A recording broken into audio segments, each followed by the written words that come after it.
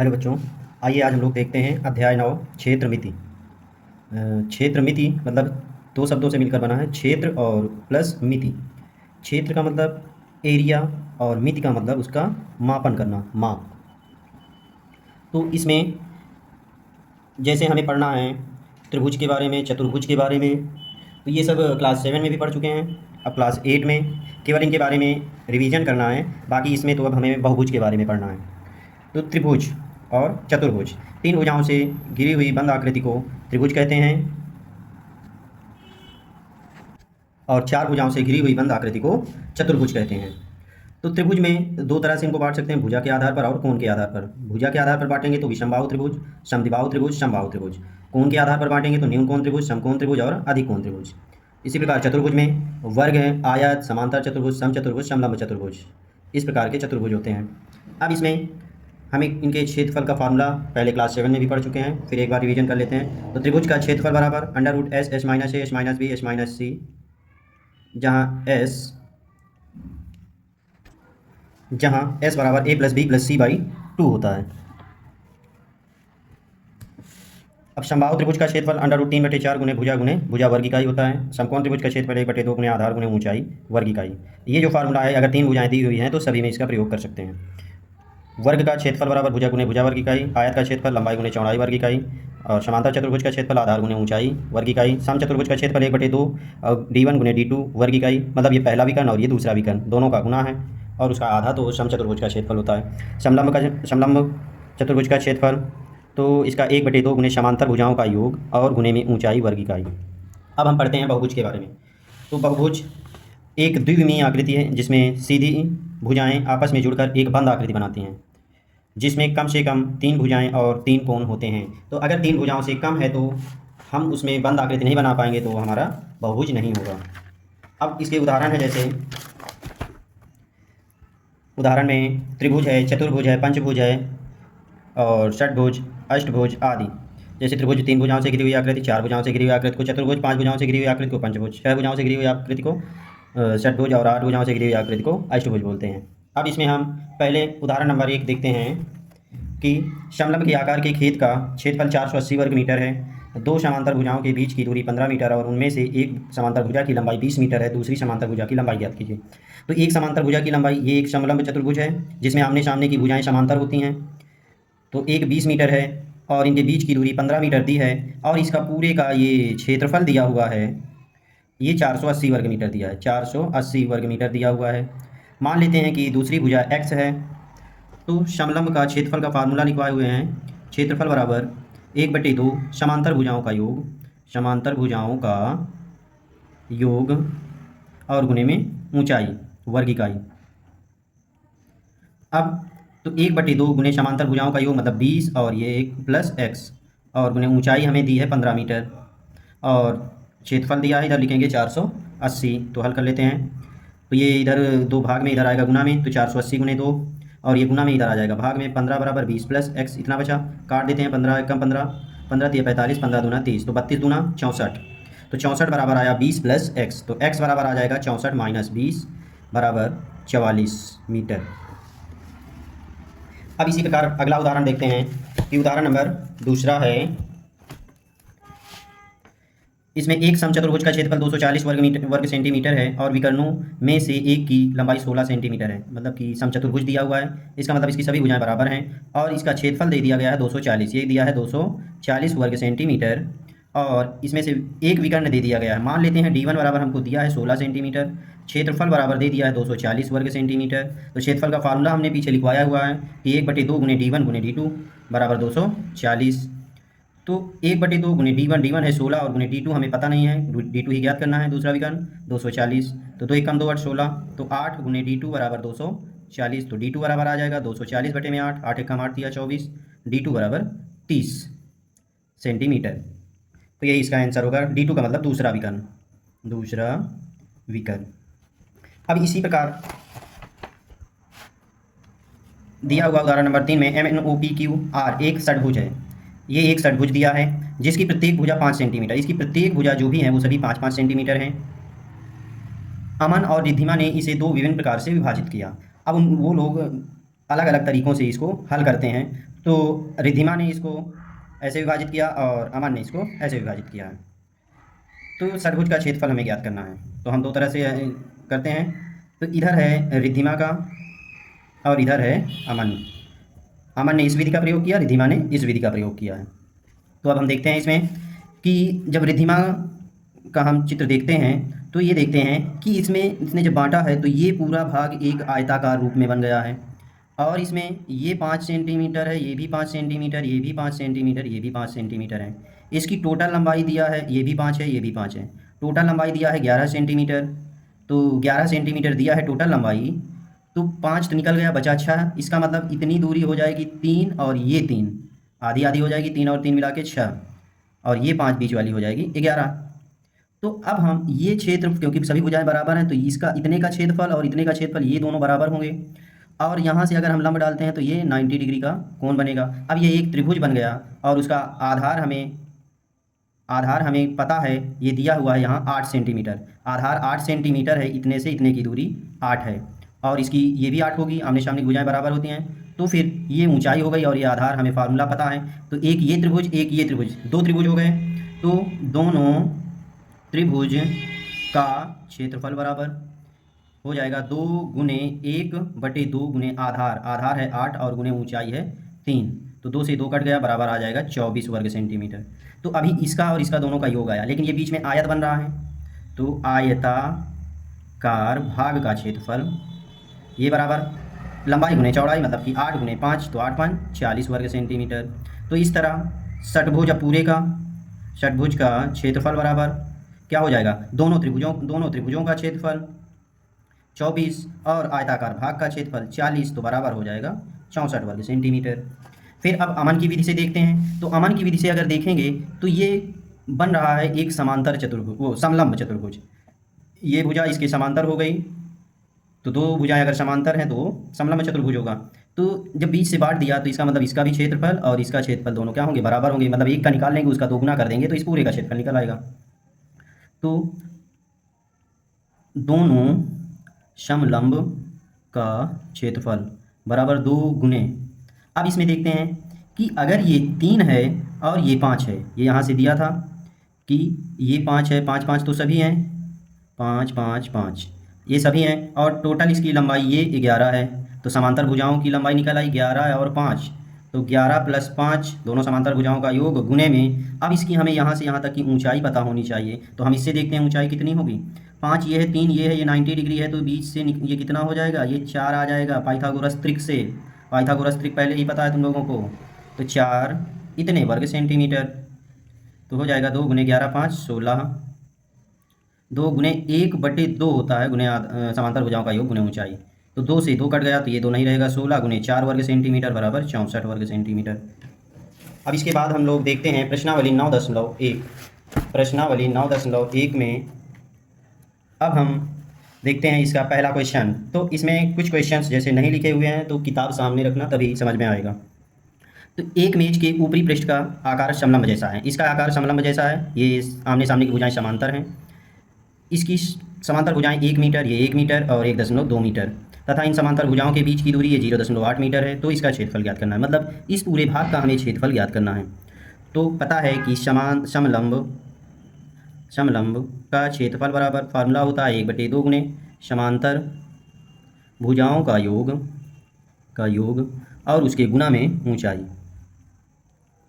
तो 1/2 गुने समांतर भुजाओं का योग, मतलब 1 + 1.2 और गुने में ऊंचाई कितनी है 0.8, तो हो जाएगा वर्ग इकाई, मतलब कि वर्ग मीटर हो जाएगा। तो 1/2 गुने 1 में 1.2 जोड़ेंगे तो 2.2 गुने में 0.8 वर्ग मीटर, काट देंगे, 2 1 कम 2, 2 1 कम 2, 2 1 कम 2, तो 11 और 8 का गुना हो जाएगा 88, तो 0.88 वर्ग मीटर। इसी के बाद सेकंड नंबर क्वेश्चन देखते हैं। तो सेकंड नंबर में दिया हुआ है एक समलंब के आकार की आकृति जिसका क्षेत्रफल दिया है 34 वर्ग सेंटीमीटर। किताब में जैसे क्वेश्चन लिखा होगा तो उसमें दिया है उसका क्षेत्रफल 34 वर्ग सेंटीमीटर, और एक भुजा 10 सेंटीमीटर दी है, बीच की दूरी समांतर भुजाओं के बीच की दूरी दी है 4 सेंटीमीटर। तो हमें दूसरी समांतर भुजा की लंबाई ज्ञात करना है। तो हम इसको करते हैं कि क्षेत्रफल बराबर होता है फार्मूला 1/2 गुने समांतर भुजाओं का योग और उसके गुना में ऊंचाई, यही होता है फार्मूला।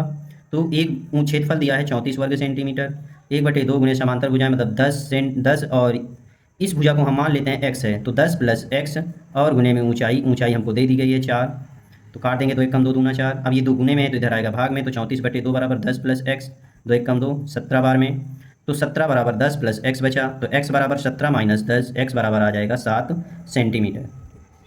फिर इसके बाद हम लोग तीसरा क्वेश्चन देखते हैं कि ABCD एक कोई खेत है जिसमें बाड़ की लंबाई दिया हुआ है 120 मीटर, बाड़ की लंबाई 120 मीटर दिया हुआ है।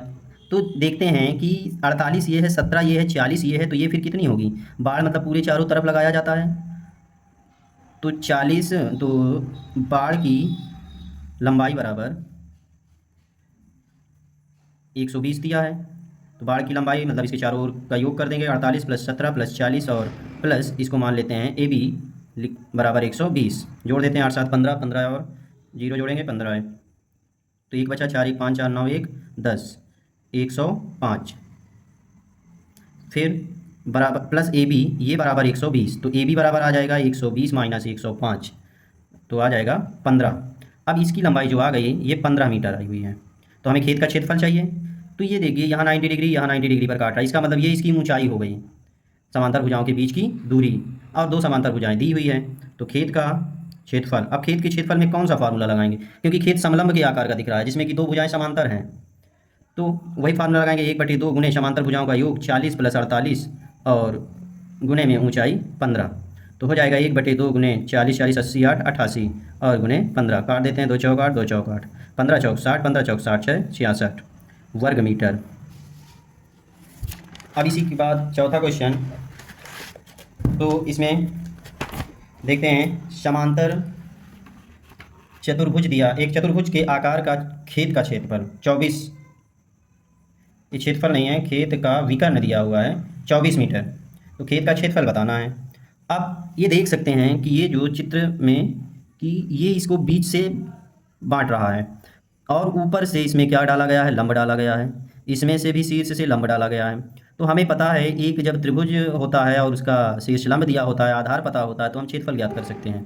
तो खेत का क्षेत्रफल बराबर 1/2 गुणे आधार और गुणे में ऊंचाई 13 प्लस, अभी इतना ही केवल निकलेगा, अब फिर 1/2 गुणे आधार 24 और गुणे ऊंचाई हो जाएगी 8, तो 12 बार में ये कट गया, 12 बार में ये कट गया, गुना कर लेंगे, 13 दूना 26, 13 1 13 2 15 प्लस 12 8 का गुना 96, तो 6 6 12 9 5 14 1 15 1 1 2 इतने वर्ग मीटर। फिर इसके बाद अब एक समचतुर्भुज के विकर्ण D1 बराबर 7.5 और D2 बराबर, तो विकर्ण ये हो गए, जैसे ये वाला छोटा है तो ये 7.5 हो गया और ये वाला बड़ा है तो ये 12 सेंटीमीटर हो गया।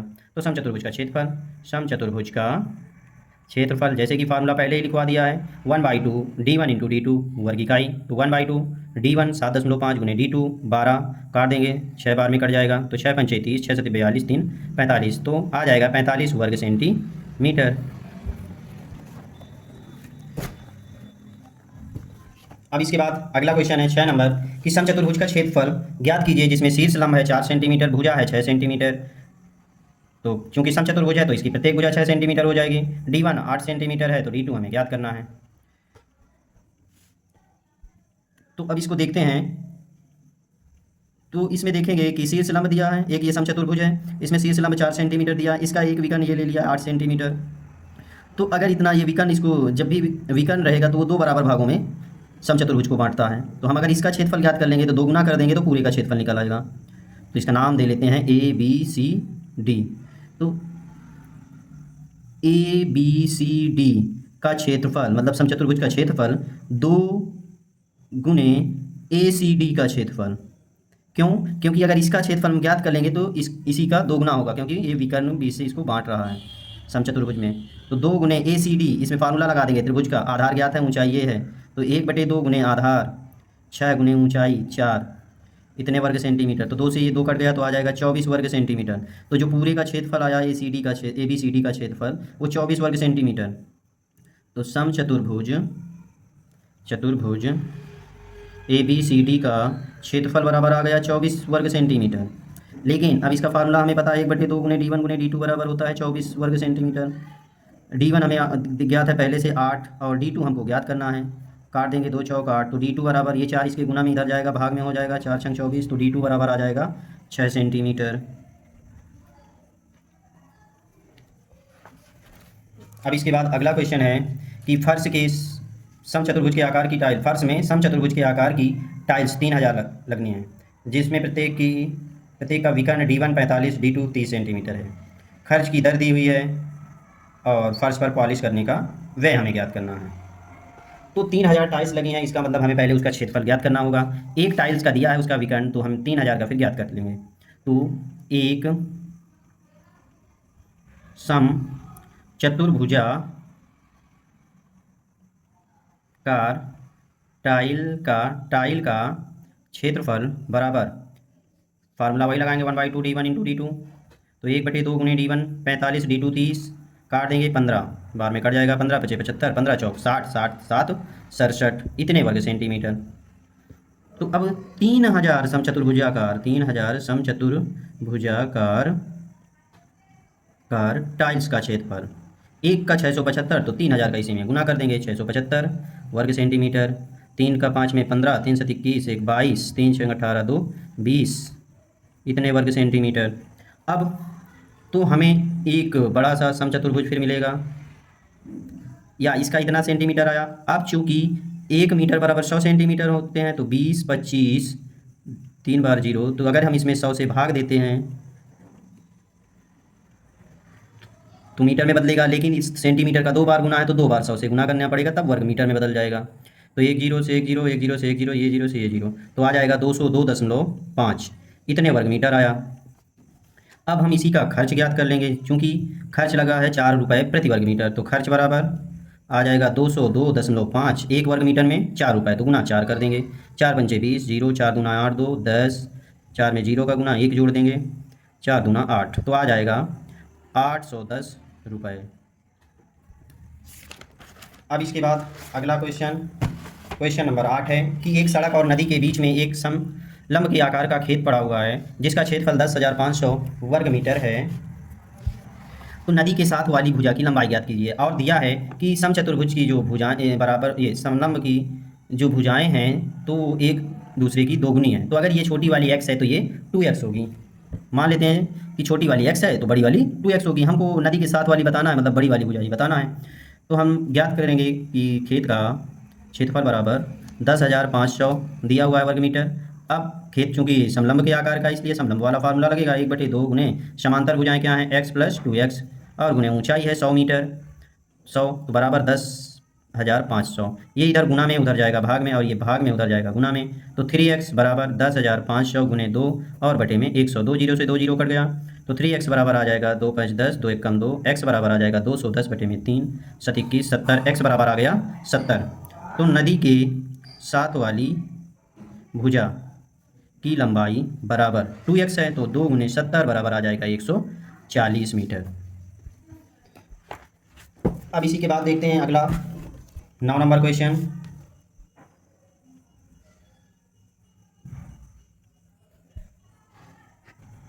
9 नंबर में है कि एक अष्टभुज है जो चित्र में दिखाया गया है कि इसकी यहाँ से यहाँ तक की दूरी 11 मीटर है, और ये ऊंचाई इसकी 4 मीटर है, और ये भुजा इसकी 5 दी हुई है, 5 मीटर। तो हमें इस पूरे का क्षेत्रफल ज्ञात करना है। अगर हम इसको यहाँ से ऐसे मिला देते हैं तो ये 11 और ये 5, तो मतलब बीच में आयत बन गया, और ये ऊपर समचतुर्भुजाकार दिखने लगा। ये ऊंचाई 4 दे दी गई, यहाँ भी वैसे ही सेम, तो और इसकी भुजा है 5 मीटर प्रत्येक। तो ये और ये दोनों क्षेत्रफल बराबर होंगे, तो मतलब अगर हम ज्ञात करेंगे अष्टभुज का क्षेत्रफल बराबर, तो पहले ये एरिया और ये एरिया दोनों बराबर हैं, समलंब चतुर्भुज बनाते हैं, तो समलंब का फार्मूला लगा देंगे, 1/2 गुणे समांतर भुजाओं का योग 11 + 5 और गुणे ऊंचाई 4, और प्लस अब ये इस पूरे भाग का क्षेत्रफल 11 आयत है मतलब बीच का, तो 11 गुणे 5 लंबाई गुणे चौड़ाई, काट देंगे, तो 1 कम 2 दूना 4, 11 5 16 गुणे 2 + 11 गुणे 5, तो 16 दूना 32 + 11 = 55, 5 2 7 और 5 3 8, इतने वर्ग मीटर आ जाएगा अष्टभुज का क्षेत्रफल। फिर इसके बाद अगला है क्वेश्चन, जैसे उदाहरण नंबर 3 में बताया गया था, तो सेम उसी प्रकार है।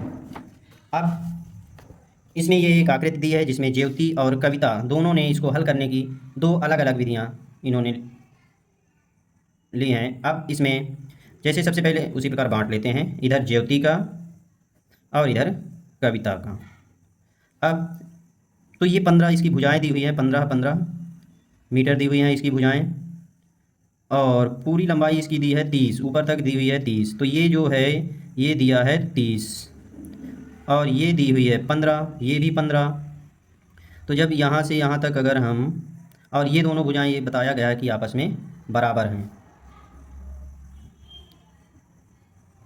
और नीचे भी दिया हुआ है 15।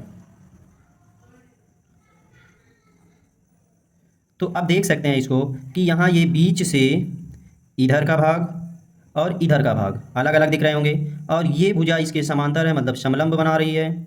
इसकी टोटल लंबाई है 30 और दूसरी जो समांतर भुजा उसकी 15। अब ये इसके यहाँ से एकदम शीर्ष से लंब डाला गया है, तो ये इसको मध्य बिंदु में काटेगा, मतलब इधर की दूरी और इधर की दूरी दोनों बराबर हैं। तो अगर हम इसके बीच की दूरी यानी इन दोनों के बीच की, ये समांतर भुजाओं के बीच की दूरी हो जाएगी, तो ये हो जाएगी 15/2 और ये भी हो जाएगी 15/2। अब जब बीच से काट रहा है तो इन दोनों का क्षेत्रफल बराबर होगा, तो हम एक का क्षेत्रफल निकाल लेंगे, उसमें 2 का गुना कर देंगे तो निकल आएगा। तो पंचभुज का क्षेत्रफल बराबर 1/2 गुने, अब 1/2 गुने समांतर भुजाओं का योग 15 और प्लस 30 और गुने में ऊंचाई भी आ गई 15/2। अब इस तरह में तो केवल एक का निकलेगा, पूरे पंचभुज का नहीं निकलेगा, इतने बस का निकलेगा, लेकिन इसी के बराबर ये भी है तो हम इसी में 2 का गुना कर देते हैं। अब 2 से ये 2 कट जाएगा, तो 1/2 15 में 30 जोड़ेंगे तो 5 45 और गुने 15 गुना कर देंगे, 15 × 5 = 75, 15 × 4 = 60, 60 और 7 67/2, 2 × 3 = 6, 2 × 3 = 6, 2 × 7 = 14, 2 × 5 = 10, तो आ जाएगा 337.5 वर्ग मीटर। इसी प्रकार कविता का देखते हैं, तो इसने इसको इतना अलग डिवाइड कर दिया है, और ये दोनों भुजाएं आपस में बराबर पहले ही बताया गया है, और जब ये 15 है तो ये भी हो जाएगी 15 हो गई। लेकिन यहाँ इसमें ये भुजा 15 दी हुई है पहले से, और इससे अगर हम लंब डाल देते हैं यहाँ से, तो ये इतनी तो 15 है, लेकिन ये जो बचती है बीच की इसकी ऊंचाई, तो ये बचती है, ये भी 15 ही बचती है क्योंकि टोटल 30 थी। अब इतना ये आ जाएगा एक त्रिभुज जिसमें आधार 15 और उसकी ऊंचाई भी 15 है, और नीचे ये एक वर्ग बन जाएगा 15 15 15 15। तो पंचभुज का क्षेत्रफल बराबर, पहले हम इस त्रिभुज का क्षेत्रफल ज्ञात करेंगे, तो हो जाएगा 1/2 गुने आधार 15 गुने ऊंचाई 15 प्लस, अब इस वर्ग का क्षेत्रफल मतलब 15 गुने 15, भुजा गुने भुजा होता है, तो 15 और 15 का गुना 225/2 प्लस 15 और 15 का गुना 225, काट देते हैं, 2 एकम 2 एकम 2, 2 दूना 4, 2 पंचे 10, जोड़ देते हैं 5 2 7, 2 1 3, 2 1 3, 337.5 वर्ग मीटर। अब इसके बाद 11 नंबर लास्ट क्वेश्चन देखते हैं कि इसमें दिया हुआ है कि प्रत्येक एक ये तस्वीर का फ्रेम है जिसमें भुजाओं की माप दी गई है, बाह्य और अंतः भुजाओं की माप दी हुई है, और बताया गया है कि प्रत्येक की चौड़ाई जो है वो बराबर है। तो प्रत्येक खंड का हमें क्षेत्रफल ज्ञात करना है। तो अब हम इसको क्षेत्रफल ज्ञात कैसे करेंगे ये देखते हैं कि जैसे ये 24 है और ये 28 है, बीच में कुछ नहीं देखते हैं, तो ये पूरा एक बनाता है, ये 24 है ये 28 है, तो पूरा एक आयत बनता है। पहले आयत, बड़े आयत का क्षेत्रफल, फिर बीच में जो छोटा वाला है तो इस छोटे आयत का क्षेत्रफल, इस बड़े आयत से छोटे आयत का क्षेत्रफल घटा देंगे तो यहाँ का पूरा क्षेत्रफल आ जाएगा। लेकिन इसमें भी है, यहाँ तो समलंब चतुर्भुज बनता है, यहाँ भी समलंब चतुर्भुज बनता है, लेकिन ध्यान से देखेंगे तो ये और ये समलंब चतुर्भुज बराबर है, क्योंकि 16 ये है 24 ये है, समांतर भुजा इसकी 16 और 24 चौड़ाई समान है। इसी प्रकार ये 20 और 28 इसकी भी चौड़ाई समान बताया गया है, चौड़ाई पूरे की समान है। तो ज्ञात करते हैं कि बड़े आयत का क्षेत्रफल माइनस छोटे आयत का क्षेत्रफल बराबर किसके होगा, इसके पूरे के भाग के होगा, क्योंकि बड़े वाले से इस छोटे वाले को हटा देंगे तो ये बीच वाला बचेगा। तो ये किसके बराबर होगा, तो पहले ये एक समलंब चतुर्भुज बनता है, ये और ये दोनों आपस में बराबर होंगे, तो हो जाएगा 2 गुने 1/2 गुने 16 प्लस 24, और ऊंचाई इसकी मान लेते हैं हर जगह h है, फिर प्लस, अब इन दोनों का भी क्षेत्रफल ऐसे ही बराबर होगा, तो समलंब चतुर्भुज ही हैं, तो 2 गुने 1/2 गुने समांतर भुजाएं 20 और 28, 20 + 28 और गुने में ऊंचाई सभी जगह समान है तो h ही मान लेते हैं। बड़े आयत का क्षेत्रफल मतलब 28 गुने 24 माइनस छोटे आयत का क्षेत्रफल 16 गुने 20, बराबर या 20 गुने 16, 2 से 2 कट जाएगा, इस 2 से 2 कट जाएगा, तो जोड़ेंगे तो 40 एच आ जाएगा ये, और प्लस 48 एच आ जाएगा ये। अब इन दोनों का गुना कर लेते हैं, तो 28 और 24 का गुना, तो 4 और 8 का गुना हो जाएगा 32, 4 दूना 8, 2 8 16, 16 8 24, 24 3 27, 2 बचा, 2 दूना 4, 4 2 6 माइनस 16 दूना 32 बराबर 88 एच आ गया। घटाएंगे 2 में से 0 घटाएंगे 2, और 7 में से 2 घटाएंगे 5, 352, 88 एच बराबर 352, तो एच बराबर 352 और बटे में 88, 11 8 88, 11 3 33, 11 दूना 22, एच बराबर आ गया 8 एकम 8 चौक 32, 4 आया। एच बराबर जो आया वो 4 सेंटीमीटर आया। तो अब हम प्रत्येक खंड का क्षेत्रफल हमें बताना है। तो प्रत्येक खंड मतलब ये पहला, ये दूसरा, ये तीसरा और ये चौथा। तो ध्यान से देखेंगे, पहला और तीसरा बराबर होगा, दूसरा और चौथा बराबर होगा। तो पहले और तीसरे खंड का क्षेत्रफल बराबर, तो पहले और तीसरे खंड का क्षेत्रफल बराबर, ये समलंब बना रहे हैं, ऊंचाई तो हो जाएगा 1/2 गुने 16 प्लस 24 और गुने ऊंचाई हमको ज्ञात हो गई 4, 2 एकम 2 दूना 4, तो 40 गुने 2 बराबर 80 वर्ग सेंटीमीटर। तो पहले और तीसरे खंड का आएगा 80 सेंटीमीटर। पहले और तीसरे खंड का मिला के नहीं आएगा, ये अलग अलग आएगा। और इस पहले का आ गया तो यही थर्ड का भी होगा 80 वर्ग सेंटीमीटर। फिर इसी प्रकार सेकंड खंड का क्षेत्रफल तो हो जाएगा 1/2, जैसा कि चित्र में ये समलंब चतुर्भुज बना रहा है, तो 20 और 28 से समांतर भुजाएं हैं, इसकी ऊंचाई 4 हो जाएगी। तो हमें फार्मूला पता है 1/2 गुने समांतर भुजाओं का योग गुने ऊंचाई, तो समांतर भुजाएं 20 प्लस 28 और गुने एच कितनी है 4 है, तो 2 एकम 2 दूना 4, इन दोनों का योग 48 और गुने 2 बराबर कितना आ जाएगा 96 वर्ग सेंटीमीटर। तो सेकंड का आया तो यही फोर्थ का भी होगा, क्योंकि समान है। चौथे खंड का क्षेत्रफल 96 वर्ग सेंटीमीटर।